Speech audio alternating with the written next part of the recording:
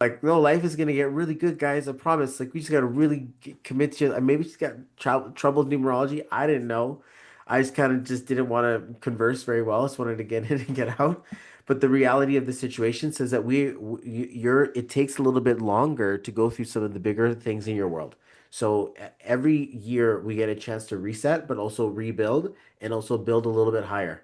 And when it comes to opening up your birthday, there's something unique that happens to the way that you operate, that angle we talk about, that maturing. It's almost kind of like you grow a little bit through the process.